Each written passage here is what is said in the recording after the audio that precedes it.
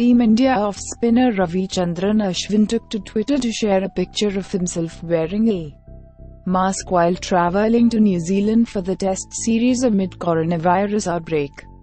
Times have changed so much that when you sneeze or cough, everyone inside the flight gives you a very antisocial sort of look. #coronavirus outbreak, he wrote. Subscribe to the channel for more news.